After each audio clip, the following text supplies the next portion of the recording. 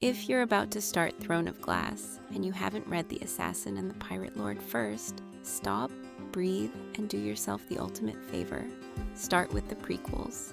Trust me, this isn't just optional backstory. It's character-defining magic wrapped in swagger, secrets, and stiletto-edged sass. The Assassin and the Pirate Lord gives us Celaena Sardothien at her peak teenage menace. Glamorous, deadly, and totally unfiltered. It's a quick, adrenaline-laced read that introduces not only the deadly dynamics of the Assassin's Guild, but also the first flickers of her moral compass. You'll meet Sam Cortland. Yes, that's Sam. And if your heart doesn't ache by the end of their slow burn connection, are you even breathing? Why read this before Throne of Glass? Because the heartbreak, the loyalty, and the betrayal we see here make Celaena's brokenness in Book 1 hit so much harder. Her walls, her secrets, her haunting grief, they all make sense. He was her beginning and her undoing. Now fast forward to The Assassin and the Witch. Enter Baba Yellowlegs. First of all, chills, literal bone-deep chills. This scene does not get enough hype. That creepy iron tangled lies and the way Celaena just knows something isn't right. It's like walking into a haunted fairy tale and realizing you're not the hunter, you're the prey. And the imagery, the bone-thin fingers, the clinking iron teeth, the way the air turns wrong, chef's kiss horror fantasy. You can feel the shadows watching. Reading this scene before Heir of Fire or Empire of Storms also gives deeper context to the Iron Teeth Coven's threat they pose to the world. You think you're reading a whimsical assassin story and suddenly boom, dark magic, ancient witches, and horror elements dripping from the pages. SarahJMaas did not come to play. And then there's the romance. I will stop there. New to Throne of Glass? Stop right there. Before you dive into Celaena Sardothien's world of magic, assassins, and heart-shattering plot twists, you need to read The Assassin and the Pirate Lord.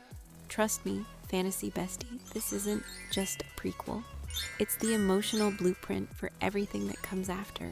In short, these prequel novellas aren't just bonus content. They're foundational, emotional architecture.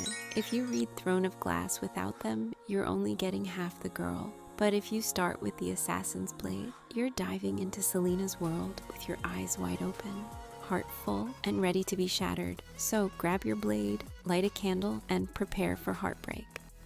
Celaena Sardothien's story doesn't start with a glass castle. It starts on the blood-soaked shores with a pirate lord and a broken heart. So good. Thank you for watching. My name is Celaena Sardothien, but it makes no difference what you call me. I'd still be you no matter the name. An assassin forged in destiny. Names are not important. It's what lies inside that matters. I will not be afraid, even as the darkness gathers.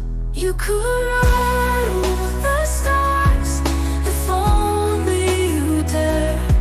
Deep down you know it too. That's what scares you most. We all bear scars. Mine just happened to be more visible than most. But I am the heir of fire, and I will not be afraid. She was the heir of fire. She would battle no one. She had survived, she had escaped, and she would not fail again. You could ride over the stars if only you dare. Deep down you know it too. That's what scares you most. You could ride over the stars if only you dare. Deep down you know it too. That's what scares you most. We all bear scars. Mine just happened to be more visible than most. But I am the heir of fire, but I will not be afraid. She was the heir of fire. She would bow to no one. She had survived, she had escaped, and she would not